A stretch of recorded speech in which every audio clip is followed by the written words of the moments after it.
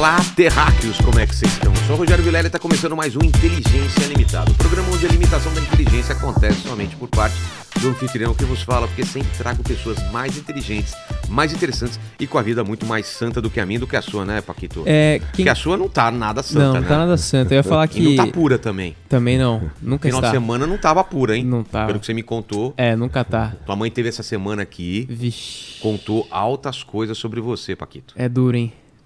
Ô, Paquito, depois a gente vai fazer um podcast que combinei com ela. Tá Ela, bom. a minha mãe e a mãe do Lene. Nossa Vamos senhora. fazer isso no Dia das Mães? Vai ser o caos, Só hein? contar os podres da gente. Nossa senhora, vai acabar o podcast. Caio Fábio, eu tô vendo que tem um livro aí. Não precisava mais trazer meu presente, mas você trouxe meu presente. Esse não é inútil, esse é útil. Olha aqui, ó. Esse é para você levar para casa. O que o sofrimento ensina. Lições oferecidas por dores inevitáveis. É a segunda vez que você vem aqui. Posso te chamar de você, né? Mas é claro, foi é um só o papo que eu sou é você. um papo maravilhoso. E eu quero começar com esse tema aqui. O que o sofrimento ensina. A gente passou por pandemia. Sofrimento, acho que foi... da minha vida, eu nunca vi alguma coisa parecida, né? Uma coisa num âmbito tão mundial, tão global. Pessoas com depressão até hoje, com sequelas até hoje. E a gente nunca passou por isso, né? Não. O que isso deveria, o que ensinou pra gente, ou o que deveria ter ensinado essa pandemia, esse sofrimento todo? Infelizmente, no Brasil, ensinou muito pouco. Porque durante a pandemia, a gente teve uma ação governamental que orquestrou uma multidão enorme de pessoas em relação à negação do que estava acontecendo. A pandemia era uma gripezinha, era uma tolice. E gente morrendo. E o pessoal... e o presidente dizendo... era coisa de maricas, era coisa de idiotas, era de covardes. Eu ouvi isso muitas vezes, mas não vai sair... vai ficar nessa quarentena, isso é coisa de marica e de covarde. Então foi um enfrentamento anticientífico total que gerou numa parcela imensa da população uma atitude de indiferença completamente mórbida em relação ao que estava acontecendo na Terra toda e o que aconteceu entre nós, que fomos, do ponto de vista proporcional à população, o país que mais perdeu gente no mundo. E aqui no nosso país, o grupo que mais perdeu gente, eu não sei se você sabe, foram os evangélicos. O quê? Foi onde mais teve calamidade de morte, foram os evangélicos que ofereceram essa estatística, e dentre os evangélicos foram os pastores os que mais morreram. Porque eles tinham aquele compromisso, tudo tinha a ver com dinheiro, de não fechar os templos, de mantê-los abertos. Mas teve que fechar, não teve? Ou depois foi obrigado a fechar, tá. Mas você viu que o Silas Malafaia foi e gritou, quero ver quem vem fechar meu templo, e aquela coisa toda ali. Então, conclusão, morreu tanto pastor, porque eles queriam manter o templo aberto, porque templo fechado é dízimo que não entra. E não é só dízimo, igrejas de natureza neopentecostal pedem dinheiro em todas as reuniões para todo mundo que está lá. E tem também aquelas campanhas de mês inteiro ou de 3 meses que o cara tem que frequentar. Não pode faltar um único dia, se faltar, zera. E tem que recomeçar tudo outra vez. Então esse pessoal... Algumas igrejas, então, templo é dinheiro. Mas é claro, Deus é dinheiro. Nossa, virou uma coisa que não tem na Bíblia, né? Porque eu não lembro na Bíblia de Jesus tem. Pedindo dinheiro toda hora. Tô precisando de dinheiro para isso, precisando de dinheiro para aquilo. Na Bíblia tem. Deus é dinheiro na Bíblia do ponto de vista mais horroroso da própria descrição. Jesus diz, não podeis servir a Deus e a Mamon. Que é Deus, é dinheiro, mas é o dinheiro colocado no lugar da divindade. Deus pagão? Não, é a grana. Mamon Mamon é grana. É o elemento de troca. Entendi. Que ganhou atualizações no curso da história. Mas naqueles dias era o dinheiro romano, ou eram propriedades, ou qualquer coisa que significasse o teu poder de posse e de troca e de ascendência. Então Jesus disse, não podeis servir a Deus e a Mamon. Ele colocou o Mamon, o dinheiro, em pé de igualdade com a devoção a Deus, porque o que a gente observa no curso da história humana é que o poder e o dinheiro e tudo aquilo que a eles se associam tem o poder da divindade e de agarrarem e abraçarem e colocarem as suas garras no coração de um homem, de uma mulher, de um ser humano e prendê-los a uma devoção maior do que a qualquer outra coisa, maior do que família, maior do que amor, maior do que qualquer coisa. Então, o dinheiro não é uma novidade, essa introdução.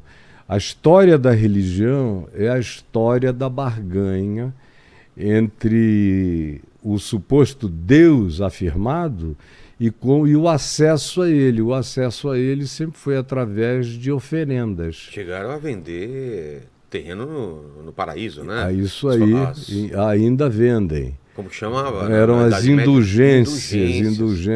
O que eram? Era a compra de perdão.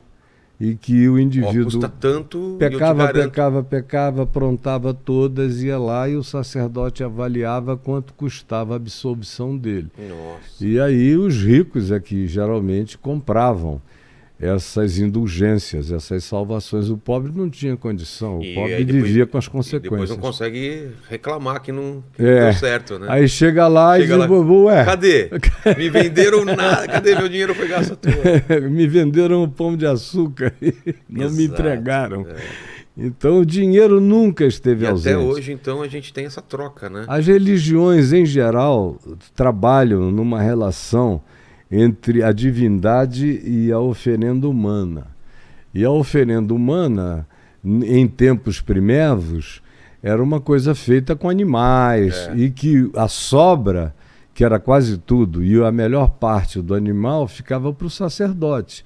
De modo que o sacerdote, o trabalho dele era dizer, você tem que trazer tantos animais para cobrir o seu pecado. E era o que ele recebia como pagamento. E ele se alimentava do que queria, vendia o que queria, eram as melhores partes. O tal do bode expiatório, né? O animal que espiava pelo O bode expiatório já era aquela ideia de fazer do pecado um ciclo não extinguível, nunca parável. Como ou assim? Seja, porque o bode expiatório ele não tirava o pecado do indivíduo. Ah, não? Não, ele só aliviava. É por isso que na Bíblia o bode expiatório ficava fazendo voltas em torno do arraial, em torno do acampamento.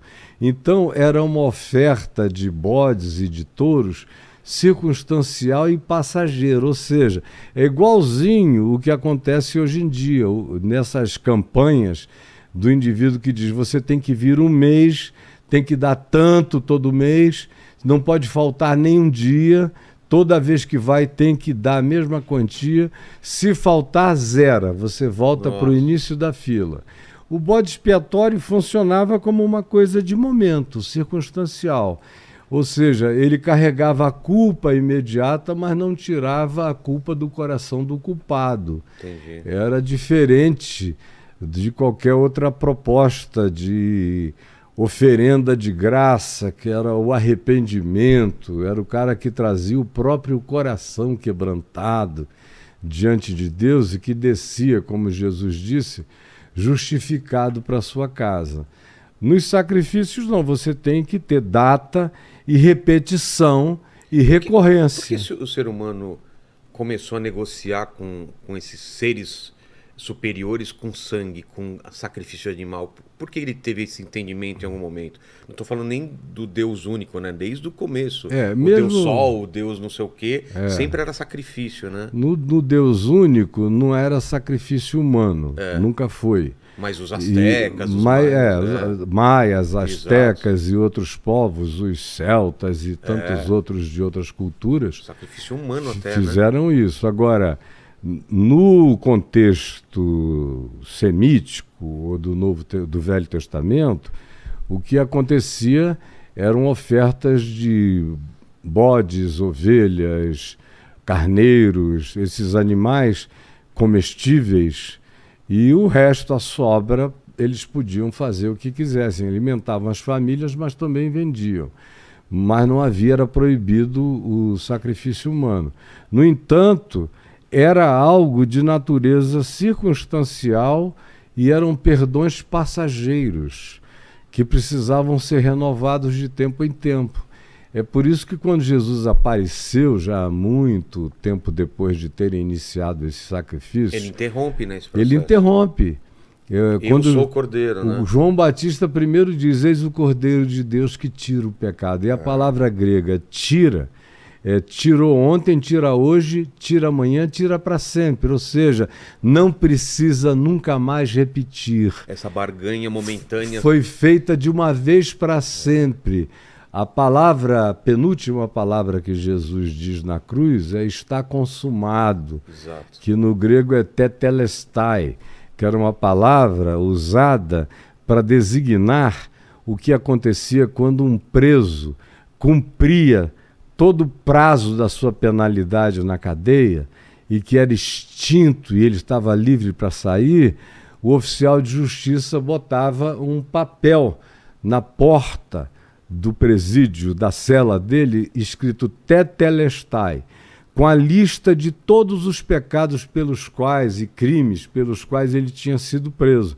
E agora iam e botavam aquele selo, aquele imprimato. Está consumado. No diagonal, está pago. Olha só. Não tem mais dívida nenhuma, está livre. Eu nunca tinha visto, eu nunca tinha ouvido essa. Então, quando ele fala está consumado, tá pago. Tem uma lista de pecados, todos esses. Para trás, para hoje e para frente. Que lindo isso. E para frente.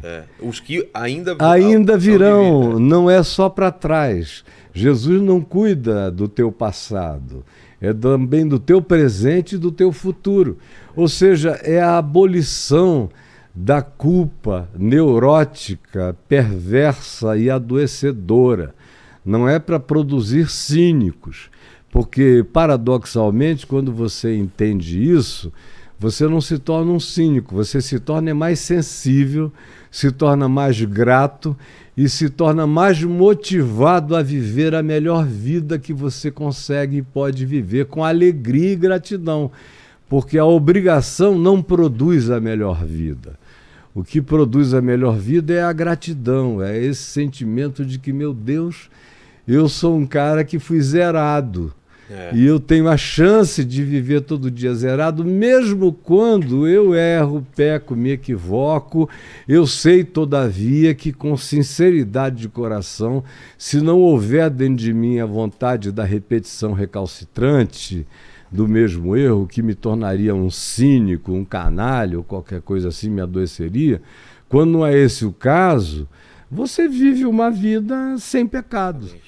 E você, como você vê agora... Governo Lula que começa ano que vem, quais são as perspectivas, o que a gente pode esperar disso?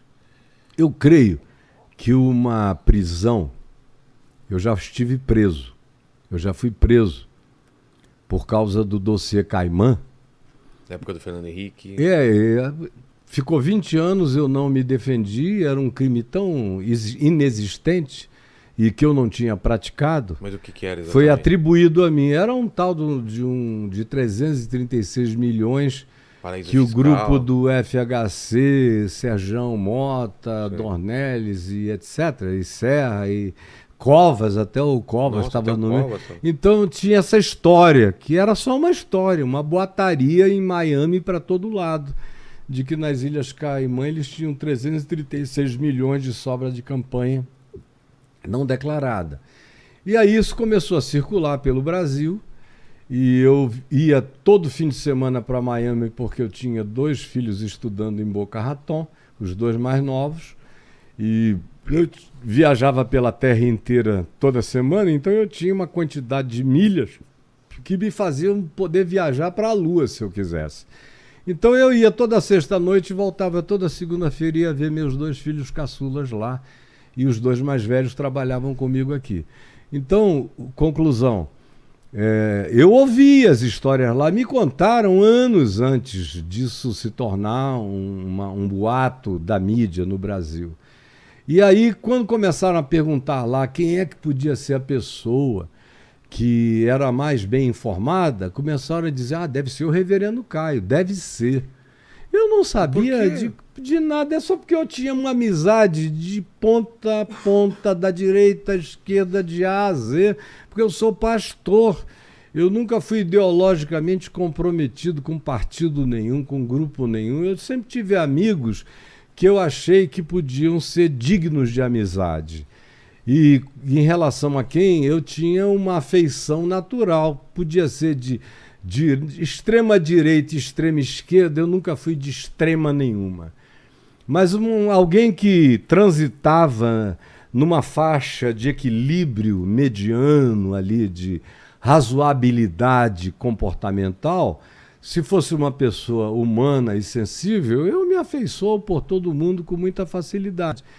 E como eu tinha muita amizade com Lula, desde a campanha do Collor, nós fomos amigos que não tinha nada a ver com o PT, eram relações só minha e dele, na minha casa ou na casa dele, no meu escritório ou no escritório dele, em coisas que a gente marcava só para nós dois, com a presença de mais ninguém, a não ser nós, por 5, 6, 7, 8 horas de papo agradável, gostoso. Ele nunca me chamou para ir para o PT, nunca pediu nada político de mim.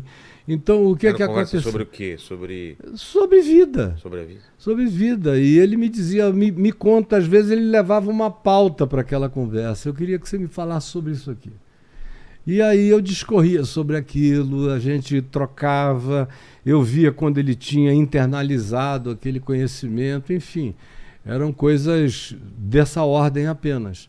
Então, conclusão, espalharam aqui na mídia, acho que a primeira pessoa foi um ganhador de um prêmio desses importantes de jornalismo, o Fernando Rodrigues, naquele tempo da Folha de São Paulo, que ouviu essa história e foi atrás de mim. Eu falei, olha, desculpa, Fernando, eu não tenho nada a ver com isso. Se você for para Miami, em qualquer praça estão falando disso onde tiver brasileiros, mas eu não sei de nada, eu não tenho nada. E se eu soubesse, eu não quereria nem falar sobre o assunto. Eu não estou nesse mundo para ouvir histórias e passar adiante. Nem foi o caso. Mas, conclusão, quando veio a eleição, esse assunto apareceu do Lula. Não, do Fernando Henrique. Do Fernando Henrique. 98. Tá. Lula e Fernando Henrique. E outros. E o Brizola era vice do Lula. Aí o que aconteceu? O Fernando Henrique ganhou no primeiro turno. O Serra que ficou para o segundo, aqui em São Paulo, em 98. E como ele estava no meio daquela divulgação, eles fizeram um levantamento de uma pesquisa de opinião.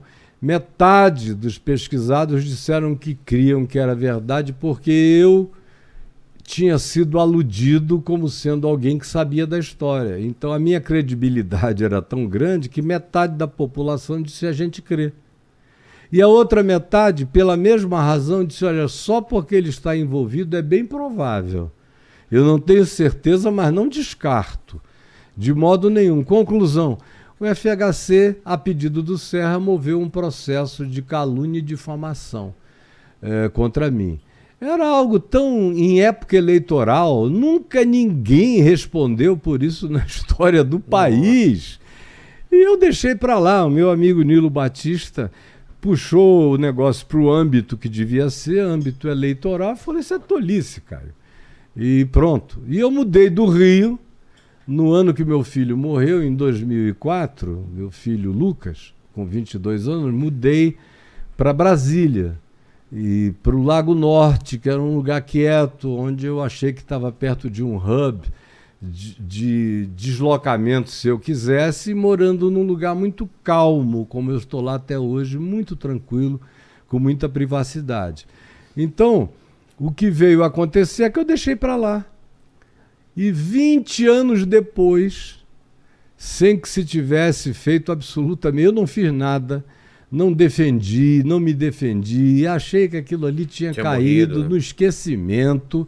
Aí um dia chega um pessoal da Federal lá em casa chorando. Rapaz, aos prantos que me entregou a ordem de prisão. Se eu me converti com o Senhor. O Senhor é a pessoa que eu mais admiro nessa vida. A minha família toda se converteu com o Senhor. E eu estou aqui hoje para lhe entregar essa idiotice, que já está lá na Federal há 4 meses e ninguém quis vir aqui. Nós tivemos que tirar no palitinho para ver quem viria aqui hoje, porque ninguém queria.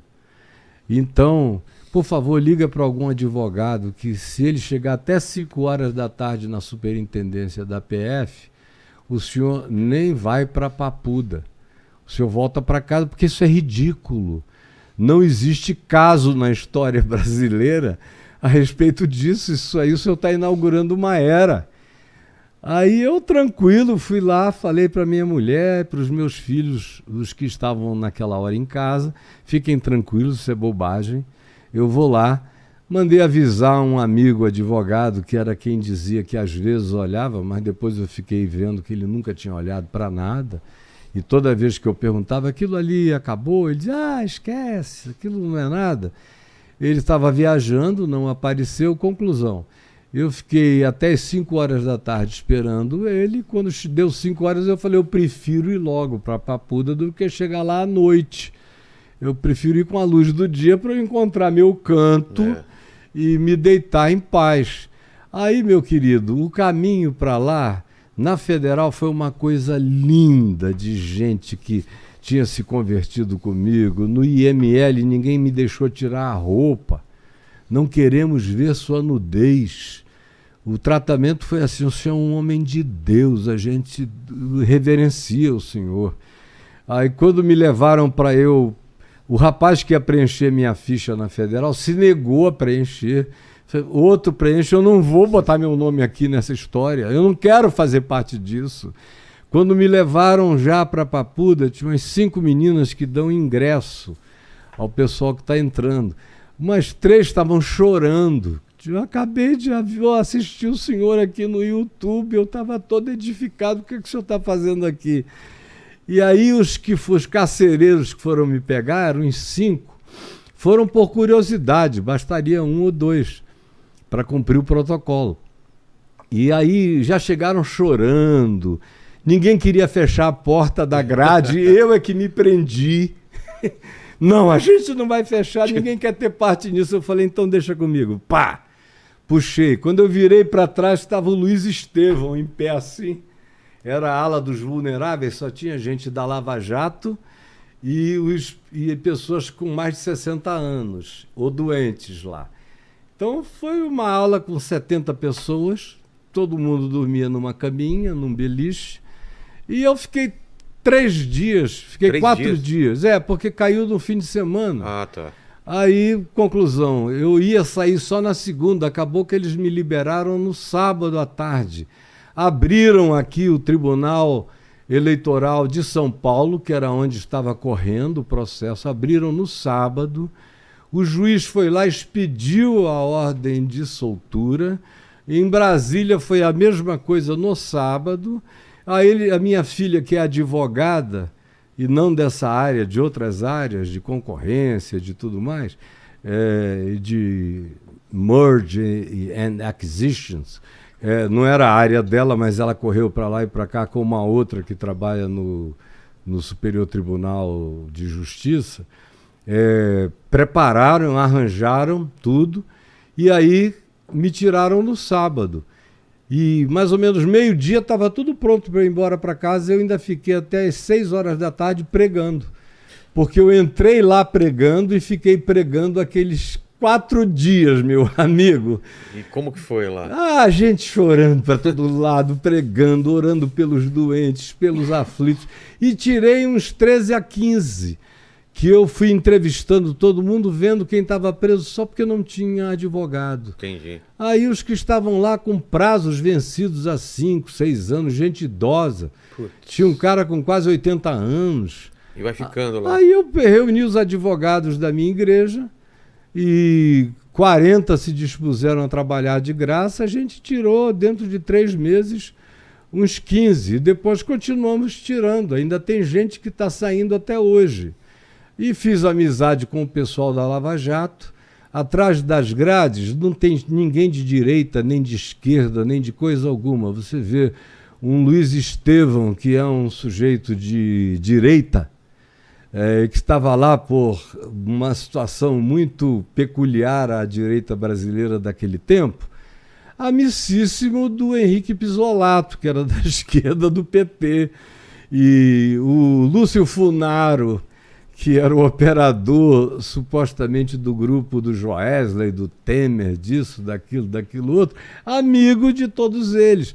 Quando eu cheguei lá, todos, Lava Jato como presos comuns em cima de mim, e o que eles pediam o tempo todo é prega pra gente, prega, porque todo mundo deprimido, todo mundo morrendo de angústia, com pânico, tinha gente igual um zumbi carregando assim com 6 Rivotris ou 8 de 2 gramas, zumbificados para lá e para cá, e eu comecei a ajudar esse pessoal a se levantar, a se erguer. Foi uma bênção a minha ida lá. De modo que eu nem tenho isso como uma referência de nada, a não ser uma oportunidade de pregação inusitada num ambiente que eu conhecia muito bem, porque eu fiquei alguns anos visitando Bangu 1, toda terça e quinta a pedido do governador, no governo Brizola, para pregar para os piores presos do Rio de Janeiro. E eu fazia isso, já fazia desde jovem em Manaus, depois a vida inteira, e agora, naquele tempo, em Bangu 1, eu fiz isso durante anos. Então, a familiaridade com o que acontece dentro de um presídio, eu sempre tive. E muita compaixão, e sempre cuidei das famílias dos apenados, dos filhos dos apenados, que às vezes não podiam nem estudar.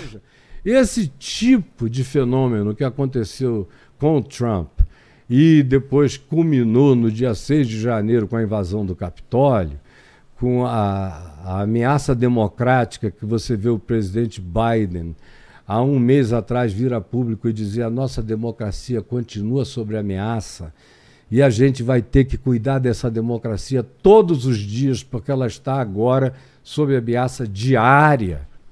Isso é uma coisa muito séria, na maior democracia do mundo. Baseada em quem? Em quem? Com que plataforma o Trump se elegeu? Promessa para os evangélicos. Fez exatamente a mesma coisa que o Bolsonaro fez aqui. Ele reuniu todos os pastores, disse: olha, quais são as pautas de costumes? E foi a tríade pinto, pepeca e cu, foi entre pênis, vagina e ânus, que essa trindade evangélica, o que parece que Deus só pensa em pinto, vagina e ânus. Então essas pautas, com todas as invenções de que é política governamental fazer o teu filho ficar gay, a tua filha virar lésbica, os kits inventados, tudo isso produção de invenção horrorosa, que começou lá, foi importada para cá. Aqui é só uma repetição, só que aqui é pior. Porque, em primeiro lugar, os evangélicos aqui ainda estão em ascensão. Nos Estados Unidos, eles já estão fazendo uma linha descendente. Aqui ainda há uma euforia de ascensão. E tem mais, a descendente nos Estados Unidos já diminuiu o percentual evangélico na sociedade, o percentual praticante, Sim. mais do que no Brasil. Aqui está quanto? Aqui são 40%. De gente que vai à igreja e tudo mais. E tem um grupo enorme que já saiu. Mas 40% cristãos ou 40% evangélicos? Eu não estou falando dos católicos radicais. Entendi. Essa coisa pegou menos nos católicos, porque os católicos são menos fanáticos do que os evangélicos se tornaram, embora haja católicos fanaticíssimos, mas eles são uma minoria na Igreja Católica. A maioria é um pessoal muito mais amplo de percepção. Mas os evangélicos não, é o pessoal mais inculto da sociedade. Eles foram ganhos nos bolsões de deseducação, de desoportunização, nas grotas mais abandonadas da terra. Foi daí que eles foram trazidos. O máximo que lhes que lhes é concedido é o estímulo para aprenderem a ler, para poder ler a Bíblia e só a Bíblia. Não tem nada a ver com cultura. Em geral, muitos desses pastores abominam as universidades, porque eles dizem a vida inteira que a universidade tira a fé dos jovens. Então, se o jovem puder arranjar logo um emprego e não ir para a universidade é melhor, ou no máximo um curso técnico, para não ter que se aprofundar em nada, e aí eles dizem que se aprofundar vai perder a fé. Então, conclusão, é a manutenção de um grupo estupidificado, na maioria das vezes. E outra coisa, os estudos feitos, e aí eu ia citar o melhor de todos os livros, que é um livro chamado A Guerra pela Eternidade, de um pesquisador americano chamado Benjamin Tautenbaum. É um livro maravilhoso. Ele se infiltrou com Steve Bannon, entrou nos grupos olavistas e similares nos Estados Unidos e em outros países. A conclusão é estarrecedora. Esse negócio cresce no ocidente da Terra apenas onde existem religiões de magia. Como assim? Religiões que alguém Prometem... pode chegar e dizer assim, pode vir para a igreja no meio da pandemia porque Deus não vai deixar você pegar a Covid. Isso é magia. É magia que os cultos de matizes africanas e afro-ameríndias não alimentam. Você vê que todos os candomblecistas, umbandistas e todo mundo se vacinou. Agora, quem é que não se vacinou, demonstrando que é o grupo mais mágico do país? Foram os pentecostais, sobretudo. E os presbiterianos, batistas e os históricos, que se vacinaram, no entanto, ficaram do lado do Bolsonaro não por causa exatamente disso, mas porque eles foram assolados desde há 20 anos atrás por uma onda puritana que os levou para o século XVII.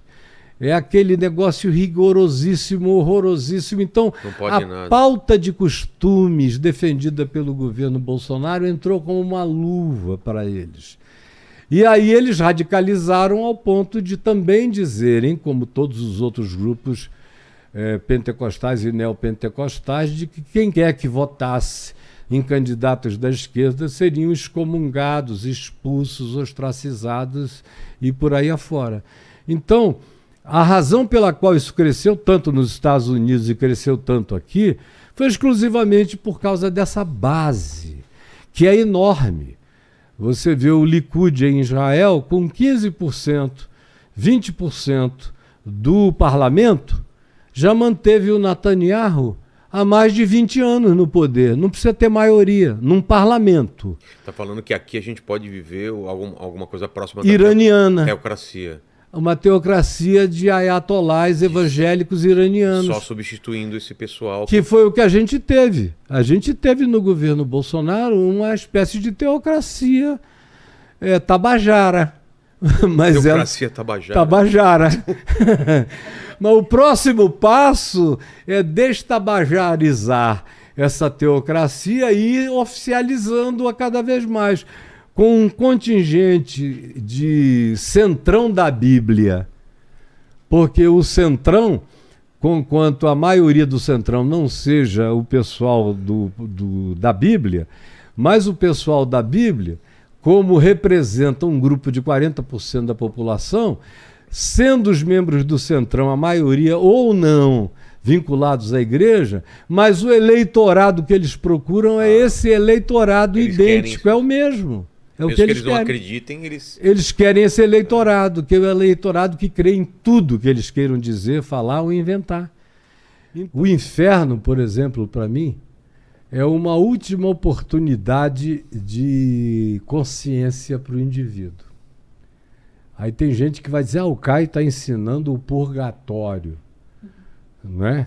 Mas eu realmente creio que, por exemplo... Que isso daqui é o purgatório? Não, eu creio que quando você, por exemplo, morre... Tá. Não importa se são 5 minutos morrendo, 1 minuto morrendo ou meia hora morrendo, E está mais do que provado com todas as experiências de EQM, de experiência Quase depois morte, da morte, né? quase morte ou pós-morte, Sim.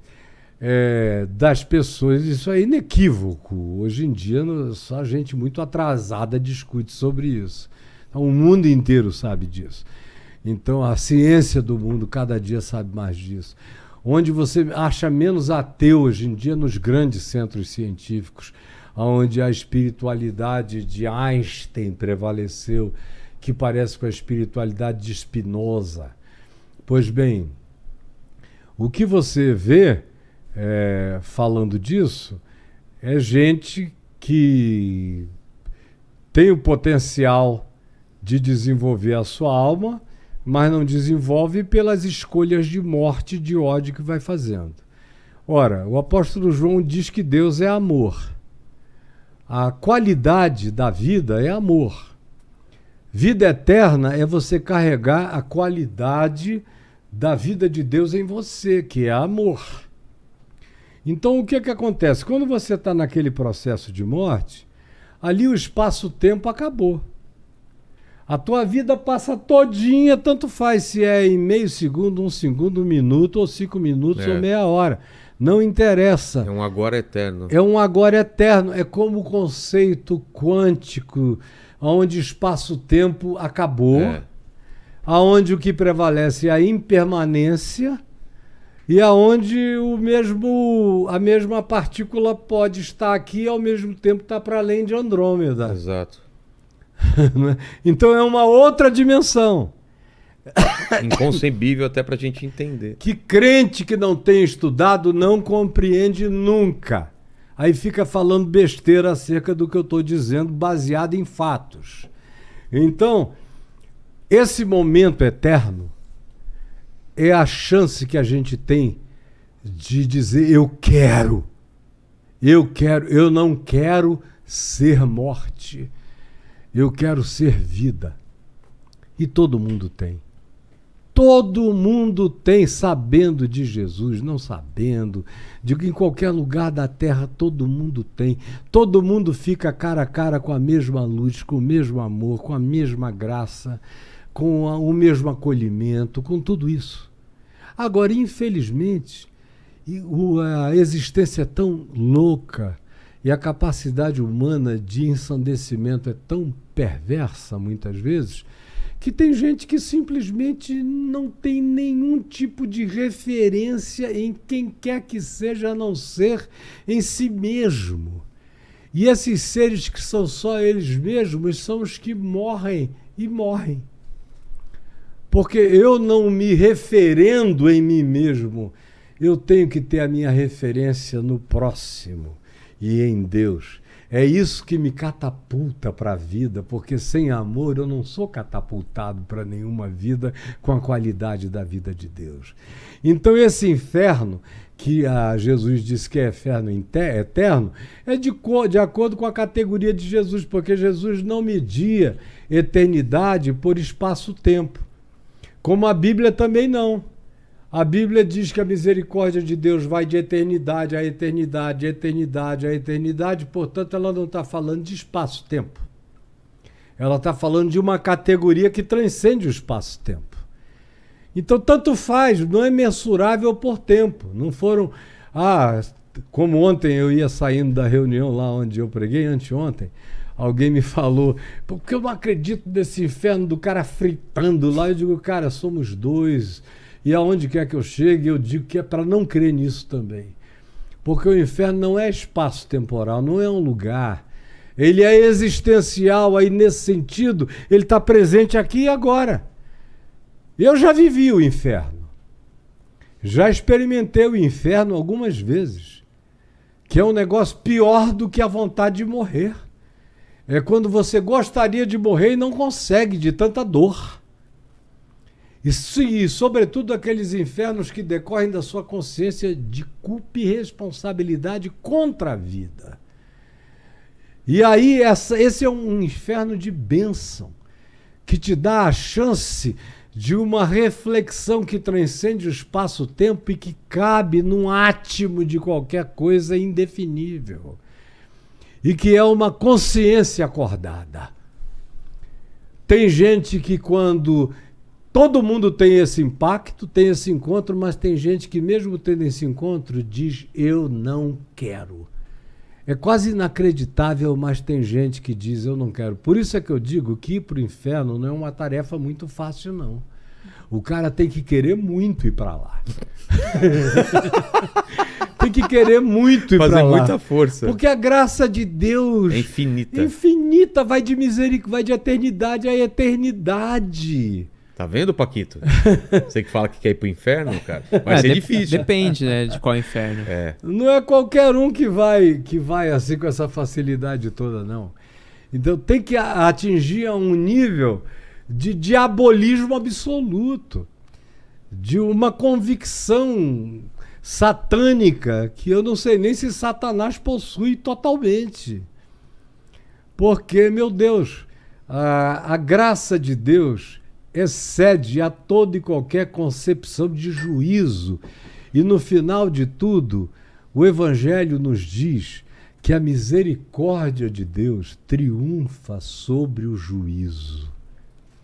É aqui nessa terra em que são poucos os que acham o caminho andando na trilha espaço-temporal, que fazem essas coisas. A grande maioria vai andando assim meio que na valsa. Qualquer coisa. De qualquer coisa. Mas o amor de Deus está em cima de todo mundo e chega aquela hora em que a gente se encontra com o momento eterno.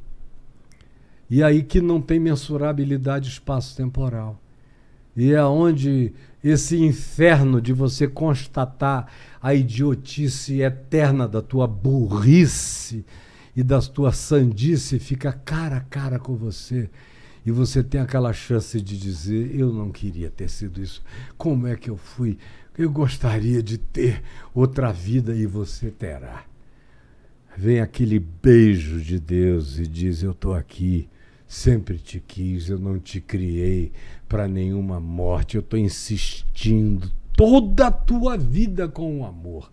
E não desisti do amor por ti, nem depois que te deram um atestado de óbito. Quem diz a última palavra do óbito sou eu, e eu ainda não disse, tu ainda estás viajando dentro da tua própria consciência. Esse grito daí está aqui na minha presença. Vem.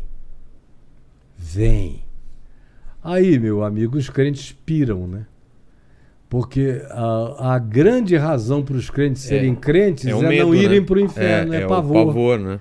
Não é... E eu acredito que você crer pelo medo não tem muito valor, Não é né? fé. Não é fé. Eu Fé creio é uma escolha. pelo amor. É uma escolha. Eu fui seduzido pelo amor de Deus. E é isso que me faz todo dia um homem novo. Exato. É essa sedução. Eu quero me tornar como ele, eu quero ser parecido com ele, eu quero ser um reflexo dele, eu quero ser uma luz dele. Nada de bom vem quando você é movido só pelo medo, né? Não, aí é o pior de ti que é deflagrado. Exato. O medo só evoca o pior da nossa natureza. Exato. E o pior da nossa hipocrisia, e o pior da nossa disfarçatez, e o pior do nosso diabolismo é tudo provocado pelo medo. Exato. É o amor que projeta a divindade crescendo e dando fruto em ti. Eu acho isso tão simples de entender, mas a religião conseguiu fazer Também acho disso que é bem... A gente complica uma coisa tão fácil, tão né? fácil de entender. E a minha oração é que você receba hoje o seu Natal. E eu oro por você, em qualquer lugar onde você esteja me vendo, pedindo que o Espírito Santo afofe o seu coração, crie uma manjedoura onde o amor de Deus seja aninhado e aconchegado em você e aonde você amamente a graça de Deus na sua vida, sabendo que você não precisa ser ninguém maior do que você é em si mesmo. Você já é maior do que o mundo inteiro, porque o Deus eterno diz que os céus dos céus e o cosmos dos cosmos não podem contê-lo, mas ele, todavia, habita com o quebrantado, com o humilde, com o contrito de coração. O Natal é seu, se você quiser que essa graça desabroche em você agora, como eu creio. Faz 50 anos que eu vejo essa misericórdia explodir no coração de qualquer pessoa em qualquer lugar que simplesmente diz: eu te quero, eu te preciso, vem para mim, nasce em mim. E que Deus abençoe a todos os que nos ouviram com bom coração. E obrigado você, meu querido, por ter me convidado aqui outra vez. Eu que agradeço. Eu que agradeço demais, pastor. Obrigado demais. Mesmo. É sempre uma honra voltar aqui. E é sempre muita sabedoria, muito aprendizado aqui. Gostei demais. Sabe? Obrigado, pastor. Obrigado, muito Paquito. Obrigado a Liane, que esteve aqui com a gente também. Até mais. Querida. Beijo.